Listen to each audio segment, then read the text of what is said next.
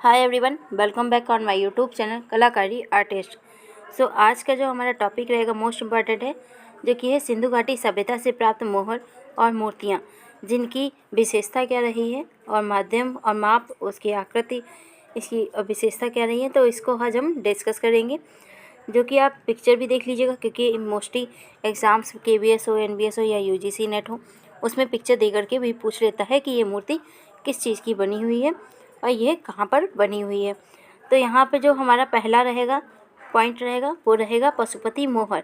ये most important है आपका पॉइंट। और पशुपति मोहर की मैंने ये पिक्चर लगा के रखी है, इसको ध्यान से देख लीजिएगा, ठीक है, कि इस मोहर का दूसरा नाम शिवा मोहर भी है। पशुपति का अर्थ होता है पशुओं का राजा, ठीक है। और ये माध्यम, इसका माध्यम क्या रहा है, तो सैल खड़ी माध्यम में बना हुआ है, इसको स्टेटाइट पत्थर भी कहा जाता है। और इसकी माप जो रही है वो 3.4 इंटू 3.4 इंटू 1.4 सेंटीमीटर रही है। ये याद रखिएगा, क्योंकि KVS, NVS या DSSB में मोस्टली माप भी पूछी जाती है। अगला है कि आकृति।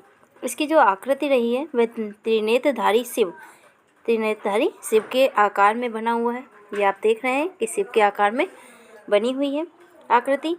और इसमें जो दाहिनी ओर है, तो दाहिनी ओर हाथी और चीता को बनाया गया है, और बाईं ओर जो है गेंडा और भैंसे को बनाया गया है। ये आप पिक्चर में देख सकते हैं, इसमें बना हुआ भी है। और इसकी जो सिंहासन के नीचे है, यहाँ पे हिरण को भी बनाया हुआ दिखाया गया है। यहाँ पे टोटल 2 हिरण खड़े हुए आपको दिख रहे होंगे नीचे, सिंहासन के नीचे। तो ये जो पशुपति की मोहर है इम्पॉर्टेंट है। अब हम अगली देख लेते हैं, जो कि मोहर है उसका नाम है वृषभ मुद्रा, जो कि है कुकुदयुक्त बैल। ये ठीक है, इसका नेम आप याद रखिएगा, क्योंकि वृषभ मुद्रा भी इसको कहा जाता है और कुकुदयुक्त बैल भी कहा जाता है। ये इसकी पिक्चर है, जिसको आप ध्यान से देखिएगा, क्योंकि कई बार मोहर या पिक्चर दे दे के पूछ लेता है कि ये किसकी मोहर है, इसका नाम क्या है, ये कहाँ पर बनी हुई है, ठीक है। अगर इसमें माध्यम इसका देख लेते हैं, तो इसका माध्यम जो रहा है वो टेराकोटा में बनी हुई है, और सैलकड़ी पत्थर इसको कहा जाता है। और टेराकोटा आप जानते हैं कि पकाई हुई मिट्टी को भी कहा जाता है, और सैलकड़ी पत्थर में भी इसको बनाया गया है। इसकी जो माप रही है वो रही है 2.5 इंटू 2.5 इंटू 1.54 सेंटीमीटर, ठीक है, इसको याद रखिएगा आप। अब अगला पॉइंट है कि यह जो मोहर बनी हुई है इसका प्रदर्शन कैसा है। तो इसका प्रदर्शन मतलब ये प्रदर्शित क्या करती है, तो शक्ति और शौर्य को यह दर्शाता है, ठीक है। अब ये वृषभ की मुद्रा आप ध्यान रखिएगा, इसकी माप और माध्यम। अगला है पशुओं के सिर सहित पीपल वृक्ष की मुद्रा। ये भी हमारी मोहनजोदड़ो से प्राप्त हुई है, जो कि सिंधु घाटी सभ्यता से रिलेटेड है। अब इसका माध्यम देख लेते हैं, तो इसका माध्यम रहा है सैलखड़ी और स्टेटाइट पत्थर में बनी हुई है। और इसकी जो माप रही है वो 3.3 इंटू 3.3 इंटू 1.4 सेंटीमीटर रही है। माप जरूर याद रखिएगा, ठीक है। अब अगला देख लेते हैं, 2 बाघों के मध्य एक पशु की मुद्रा। ये भी एक प्राप्त हुआ है, जिसका माध्यम है स्टेटाइट और सैलखड़ी पत्थर, ठीक है। स्टेटाइट पत्थर भी इसको कहते हैं। और इसकी माप है 3 इंटू 3 यानी कि 1.4 सेंटीमीटर, ठीक है, इसको याद रखिएगा माप। अगला है एक श्रृंगी बैल या फिर एक सींग वाला घोड़ा भी इसको कह देते हैं, ठीक है, क्योंकि इसको पहचाना नहीं जा सका है कि बैल बना हुआ है कि घोड़ा। और इसका सींग कितने बने हैं, 1, ठीक है। और इसकी माध्यम जो रहा है वो सैलखड़ी स्टेटाइट पत्थर में बना हुआ है।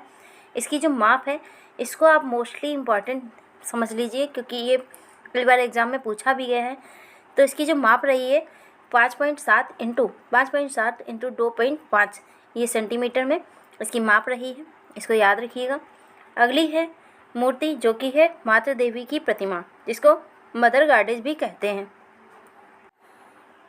और इसके माध्यम की बात कर लेते हैं, तो इसका माध्यम जो रहा है वो टेराकोटा यानी कि आग में पकाई गई मिट्टी में बनी हुई है, जिसको मृण मूर्ति भी कहते हैं।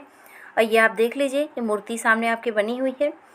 और इसकी जो माप रही है वो 22 गुणे 8 गुणे 5 सेंटीमीटर में इसकी माप रही है, इसको भी याद रखिएगा। माता देवी की प्रतिमा, जिसको मदर गॉडेस कहते हैं। और समय इसका रहा है 2500 BC, ठीक है। अगला जो संग्रहित है, ये संग्रहित कहाँ पर है, तो राष्ट्रीय संग्रहालय नई दिल्ली में संग्रहित है।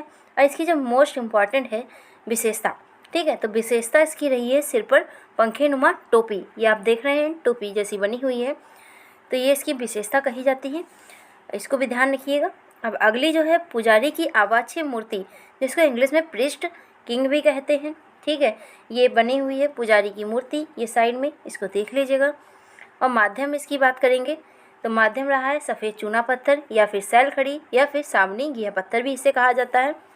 और इसकी माप रहेगी 18-11-8 यानी कि 18-11 × 8 सेंटीमीटर। और इसकी लंबाई की बात करें जो 18 दी हुई है उसको 17.5 सेंटीमीटर भी कभी कभी आपके एग्ज़ाम में दे करके पूछ लेता है। और ये जो मूर्ति रही है इसको हेनरिक जिमर ने पुजारी की प्रतिमा कहा है। ठीक है, पुजारी की प्रतिमा के नाम से फेमस भी है। इसका नामकरण किसने किया था? तो हेनरिक जिमर ने किया था। और यहाँ पर जो इन्होंने साल ओढ़े हुए हैं, यहाँ पे आप देख रहे हैं कि साल ओढ़े हुए दिखाया गया है, तो इस पर त्रिफुलिया अलंकरण हुआ है।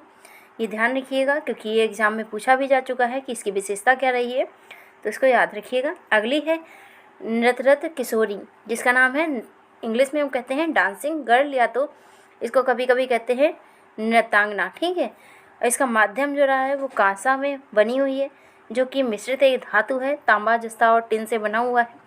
एक बार एग्ज़ाम में इसका तांबा भी केवल दे दिया था, तो इसके यहाँ पे अगर कांसा नहीं मिलता है तो आप तांबा लगा सकते हैं। इसकी जो माध्यम रहा है तो कांसा मोस्टली है। और समय जो रहा है वो 2500 BC इसका समय रहा है। ये आप नृत्यांगना की मूर्ति देख रहे हैं। और संग्रहालय जो है राष्ट्रीय संग्रहालय नई दिल्ली में यह सुरक्षित है। और जो इसकी माप रही है वो रही है 10.5 × 5 × 2.5 सेंटीमीटर में रही है। और इंच की बात कर ले तो 4.5 इंच में ये माप इसकी रही गई। ठीक है, इसके माप ज़रूर याद रखिएगा, कई बार एग्ज़ाम में पूछा गया है। दाहिना हाथ जो है इनका वो कमर पर रखा हुआ है। देखिए आप पिक्चर में दिया हुआ है कि कमर पे हाथ रखा हुआ है। और जो बायां हाथ है वो जंघा पे रखा हुआ है। और जो ये मूर्ति दी हुई है कांसा की मतलब बनी हुई मूर्ति नृत्यांगना की, ये है इसका माध्यम जो रहा है वो लास्ट वैक्स प्रोसेस में रहा है, जिसको लुप्त मोम ढलाई भी कहा जाता है। तो इसको याद रखिएगा। ठीक है, कि ये किस माध्यम में बनी हुई है, किस तरीके से इसको बनाया गया है, और इसकी माप, क्योंकि ये मोस्ट इम्पॉर्टेंट है आपकी मूर्ति नृत्यांगना की, काफ़ी बार पूछी भी गई है। तो आप जितने भी इससे रिलेटेड मोहरें थी या तो जितनी भी मूर्तियाँ थीं उनको हमने डिस्कस कर लिया है। वीडियो आपको अच्छा लगे तो लाइक और सब्सक्राइब ज़रूर करिएगा, क्योंकि जिससे हमें मोटिवेशन मिले कि और आगे आपके लिए कुछ लाऊं जो नया आपको पढ़ने में आसानी रहे। और वीडियो लाइक सब्सक्राइब करना ना भूलें। ठीक है, तो थैंक यू।